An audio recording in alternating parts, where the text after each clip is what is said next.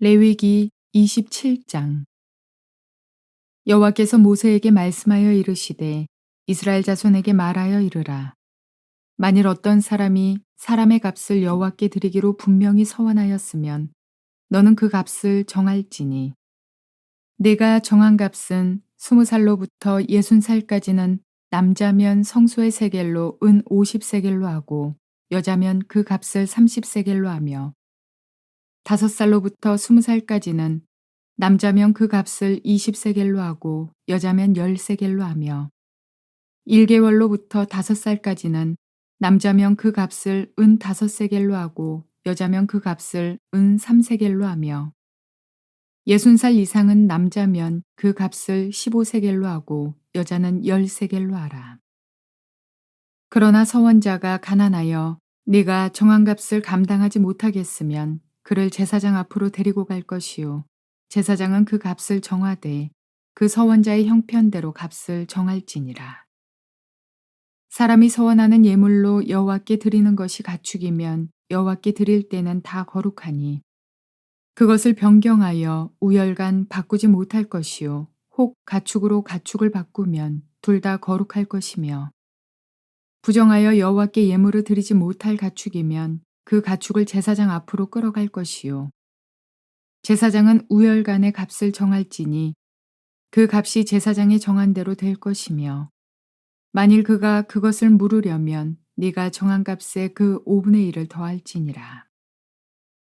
만일 어떤 사람이 자기 집을 성별하여 여호와께 드리려 하면 제사장이 그 우열간의 값을 정할지니 그 값은 제사장이 정한 대로 될 것이며 만일 그 사람이 자기 집을 물으려면 내가 값을 정한 돈에 그 5분의 1을 더할지니 그리하면 자기 소유가 되리라. 만일 어떤 사람이 자기 기업된 밭 얼마를 성별하여 여호와께 드리려 하면 마지기 수대로 네가 값을 정하되 보리 한 호멜지기에는 은 50세겔로 계산할지며 만일 그가 그 밭을 희년부터 성별하여 드렸으면 그 값을 네가 정한 대로 할 것이요 만일 그 밭을 희년 후에 성별하여 드렸으면 제사장이 다음 희년까지 남은 연수를 따라 그 값을 계산하고 정한 값에서 그 값에 상당하게 감할 것이며 만일 밭을 성별하여 드린 자가 그것을 물으려면 네가 값을 정한 돈에 그 5분의 1을 더할지니 그리하면 그것이 자기 소유가 될 것이요 만일 그가 그 밭을 무르지 아니하려거나 타인에게 팔았으면 다시는 무르지 못하고 희년이 되어서 그 밭이 돌아오게 될 때에는 여호와께 바친 성물이 되어 영령이 드린 땅과 같이 제사장의 기업이 될 것이며 만일 사람에게 샀고 자기 기업이 아닌 밭을 여호와께 성별하여 드렸으면 너는 값을 정하고 제사장은 그를 위하여 희년까지 계산하고 그는 네가 값을 정한 돈을 그날에 여호와께 드려 성물로 삼을지며 그가 판 밭은 희년에 그 판 사람 곧 그 땅의 원주인에게로 되돌아갈지니라.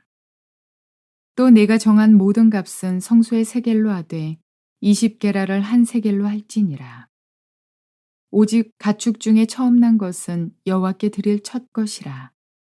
소나 양은 여호와의 것이니 누구든지 그것으로는 성별하여 드리지 못할 것이며 만일 부정한 짐승이면 네가 정한 값에 그 5분의 1을 더하여 물을 것이요 만일 무르지 아니하려면 네가 정한 값대로 팔지니라.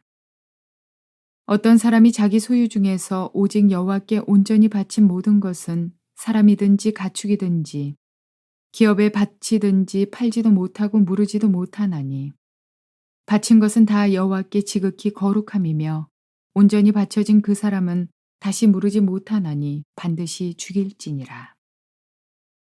그리고 그 땅의 10분의 1, 곧 그 땅의 곡식이나 나무의 열매는 그 10분의 1은 여호와의 것이니 여호와의 성물이라. 또 만일 어떤 사람이 그의 11조를 물으려면 그것에 5분의 1을 더할 것이요 모든 소나 양의 11조는 목자의 지팡이 아래로 통과하는 것에 10번째의 것마다 여호와의 성물이 되리라. 그 우열을 가리거나 바꾸거나 하지 말라. 바꾸면 둘 다 거룩하리니 무르지 못하리라. 이것은 여호와께서 시내 산에서 이스라엘 자손을 위하여 모세에게 명령하신 계명이니라. 좋은 날입니다. 성령님께서 오늘도 여러분의 심령 가운데 큰 은혜와 평강 주시기를 주님의 이름으로 축복하여 드립니다. 오늘은 레위기 27장 마지막 장을 통해서 하나님은 우리의 감사의 서원을 귀중히 여기십니다. 혹은 하나님은 우리의 입술의 말의 서원을 그대로 받으시고 귀중히 여기신다는 그런 내용으로 오늘 말씀을 전해드리려고 합니다. 오늘 본문 전체는 서원에 대한 이야기입니다. 서원이 무엇일까요? 그것은 하나님 만약에 나를 위해서 이것을 해 주시면 저는 이렇게 하나님께 하겠습니다 하는 것이 서원입니다. 대개 이런 형태로 하나님 앞에 서원은 드려졌습니다. 사실 이 서원 안에 감사가 포함되기도 했습니다. 하나님이 이런 은혜를 나에게 베풀어 주시니 저는 이것을 주님께 드리고 싶습니다 하는 감사의 서원이기도 했습니다. 중요한 사실은 우리가 하나님께 입술로 드리는 이 서원을 하나님께서 곧이곧대로 받으시고 그것을 참 귀중히 여기신다는 것입니다. 무엇을 귀중히 여길까요? 우리의 마음을 귀중히 여긴다는 것입니다. 우리가 이런 일들을 인해서 하나님을 인정하는 것을 하나님이 귀중히 여기시고 받으신다는 것입니다. 또 하나님이 내 삶에 이런 일을 해 주실 것을 믿고 그리고 이렇게 해 주시면 저는 이렇게 하겠습니다 하는 그것도 참 하나님께서 기쁘시기에 받으신다는 것입니다. 다시 말해서 우리의 마음이 하나님을 인정하는 것을 하나님은 너무너무 기뻐하시고 또 하나님이 내 삶에 행하신 일을 기억하면서 하나님께 이것을 드리겠다고 하는 약속을 그런 서원을 하나님이 너무 기쁘시기에 받으신다는 것입니다. 문제는 이 서원을 하나님이 매우 신중하게 받으신다는 것입니다. 우리의 말은 참 쉽지 않습니까? 그런데 우리의 말을 하나님이 곧대로 받아들인다고 합시다. 우리의 말은 상당히 조심할 필요가 있다는 것을 알 수가 있습니다. 한순간 들떠가지고 하나님 이 사업 잘 되겠습니다. 이거 전부 하나님께 드리겠습니다. 그러면 전부 드려야 된다는 이야기예요. 하나님 나에게 아들을 주시면 이 아들을 하나님께 바치겠습니다.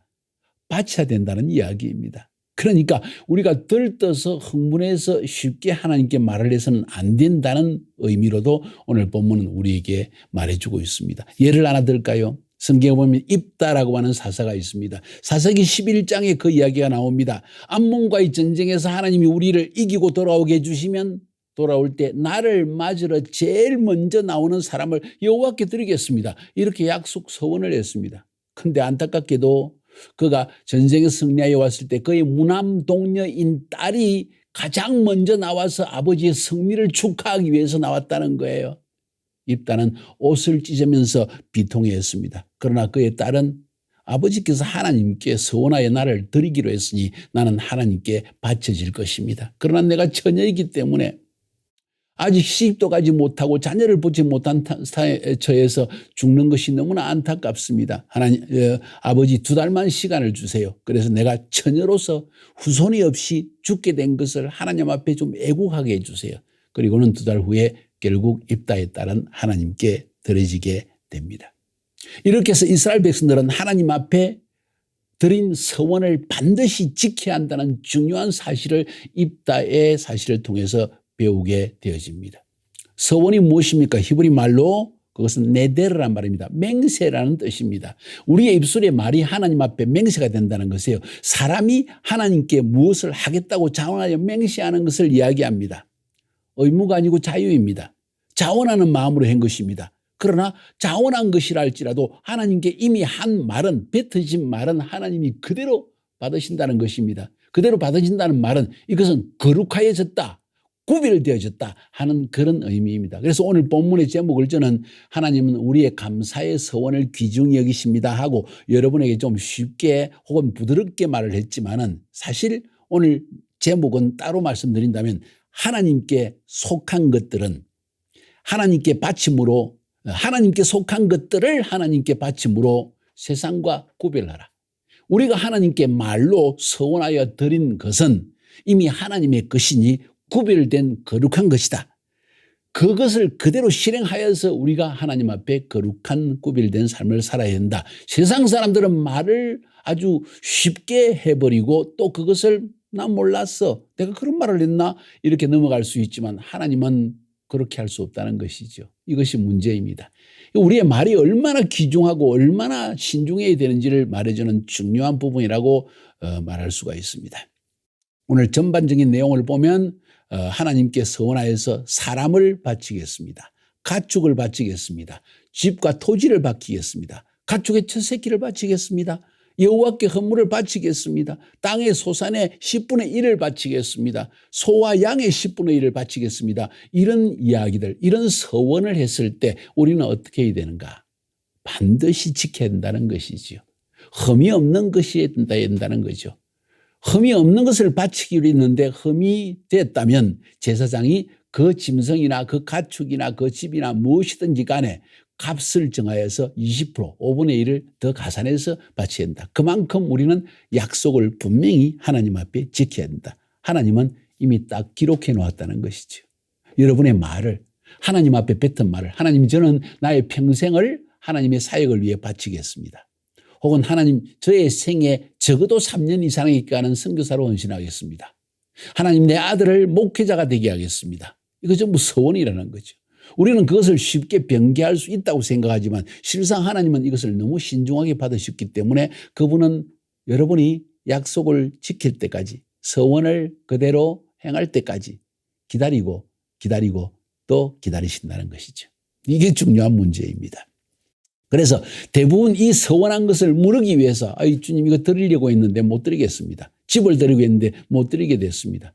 짐승을 드리고 했는데 못 드리게 했습니다. 뭐 이런 일이 생겨날 때 그걸 물은다는 이야기예요.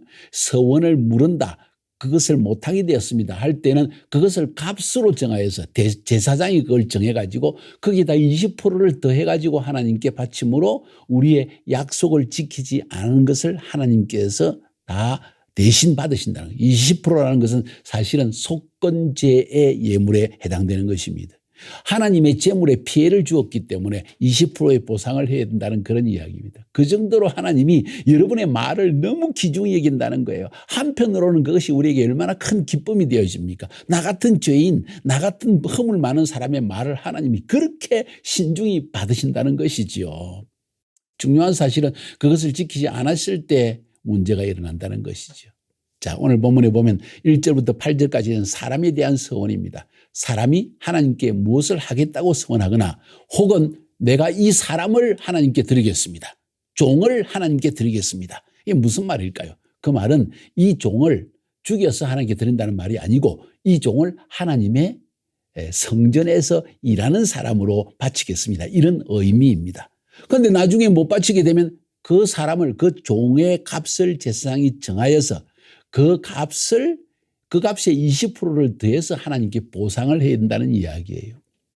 또 사람의 나이에 따라서, 남자에 따라서, 여자에 따라서 그것을 갚는 값을 다르게 정한 것을 오늘 성경은 이야기해 주었습니다. 특별히 가난한 사람들을 위해서는 돈이 없는데 내가 이걸 내 딸을 바치기로 했는데 내 아들을 바치기로 했는데 지금 이 아들을 바치기는 힘들겠습니다. 그러면 값을 쳐서 대신 하나님께 보상을 해야 되는데 그것이 없을 때는 제사장이 와서 그 가난한 사람의 삶의 형태를 보고 값을 정하면 그것을 내면 서원을 지킨 것으로 하나님이 받아주신다는 그런 이야기입니다. 굉장히 엄격하죠.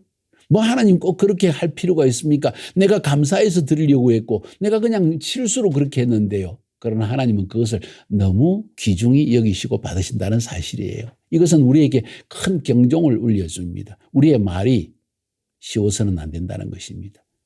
예스와 노가 분명해야 된다는 것입니다. 내가 예스라고 말할 때 혹은 노라고 말할 때 내 마음이 확실히 확정된 상태 가운데 해야 된다는 것이죠. 요즘처럼 말을 쉽게 하는 세대가 없는 것 같습니다. 나 몰라서 나 잊어버렸어. 빼째라 하는 식이죠. 하나님은 그것을 용납하지 못하신다는 것이 문제입니다. 하나님 앞에 서원을 쉽게 해서는 안 될 것입니다. 사람에 대한 서원 이야기였고 가축은 9절부터 13절까지 하나님께 가축을 드리겠습니다 하면 이미 거룩해졌다는 것입니다. 그것 대신에 다른 것을 줄 수 있지만은 20%를 더 해야 된다. 뭐 이런 규정들을 우리에게 보여주고 있습니다. 14절부터 25절까지는 집과 토지를 하나님께 드리기로 했습니다. 그러면 그 집을 어떻게 성전에 가져갑니까? 쉽게 이야기해서 그 집의 값을 제사장이 정해주면 그 값을 하나님께 드리는 것이 그 집을 드리는 것과 똑같다. 토지도 마찬가지다. 토지를 어떻게 파가지고 땅을 파서 드릴 수는 없는 것 아닙니까? 그 토지의 값을 정한다. 값을 정할 때 그 토지의 값이 얼마나 되느냐. 그것은 보리 씨앗을 얼마나 뿌리는 밭이냐. 그 뿌리는 밭에 그 얼마를 뿌릴 수 있는 밭인가. 다시 말해서 밭의 크기를 정해가지고 값을 제사장이 정하게 돼 있고 그 값을 바치게 돼 있다는 거예요. 그런데 그 집을 드리는 것, 그 토지를 드리는 것을 취소하려고 하면 제사장이 정한 값에 5분의 1을 더 드려야 된다 하는 것을 말씀드렸고, 여기서 한 가지. 이 땅을 하나님께 드리겠습니다. 땅은 하나님의 소유입니다. 그런데 사람들은 그 땅을 경작할 권리를 하나님으로부터 받는 것이 이스라엘 땅의 규례입니다. 그래서 하나님께 그 땅을 바치기로 했는데 희년이 되고 나면 다시 그 땅은 그 사람에게 돌아옵니다. 그러니까 희년까지의 그 땅을 경작하는 값, 그것을 통해서 열매를 얻게 되는, 그죠? 추수를 얻게 되는 그 돈을 하나님께 드리는 것이 되겠죠. 그런데 이 사람이 그 땅을 팔아버렸습니다. 그러면 드릴 수 없잖아요. 그리고 배째라 하고 그 토지값을, 그 토지를 하나님께 바치기로 했으니까 그 값을 정해가지고 하나님께 그것을 드려야 되는데 그것도 안 드립니다. 그러면 어떻게 되느냐? 여기 중요한 문제가 발생합니다. 땅은 50년 희년이 지나고 나면 50년이 나팔을 불고 나면 그 땅은 약속한 그 사람이 하나님께 서원한 그 사람에게 돌아가게 돼 있어요.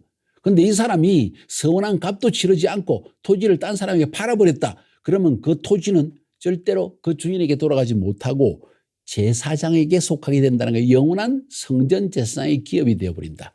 다시 말해서 기업을 빼앗겨 버린다는 것이죠. 말의 중요성을 의미합니다. 하나님께 약속이 신실하지 못하면 하나님께서 구별된 나의 것을 너가 어찌하여 네 것으로 가져갔느냐 하면서 하나님이 굉장히 분노하신다는 이야기죠. 이게 하나님의 성품이라는 것입니다. 하나님은 거짓말을 할 수가 없으신 분이시고 우리의 말을 있는 그대로 액면 그대로 받아들이시는 하나님이시라는 거예요.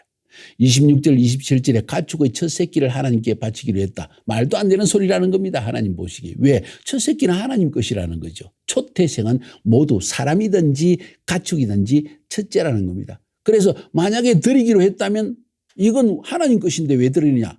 그러면 그 새끼 대신에 또 제사장이 값을 정해서 하나님께 바쳐야 되지 않겠는가. 그래서 그 첫 새끼를 제사장이 값을 정한 그 값에 20%를 더해서 하나님께 드려야 됩니다.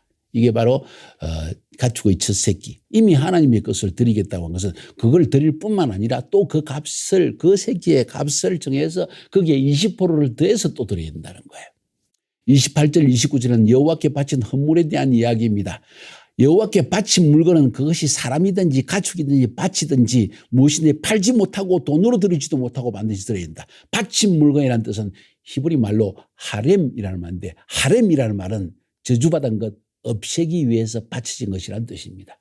어떤 때 이런 물건이나 토지나 이런 집이 이런 하렘에 속하게 될까요? 이것은 저주받기 위해서 구별되어진 것이다. 이런 뜻입니다. 하렘.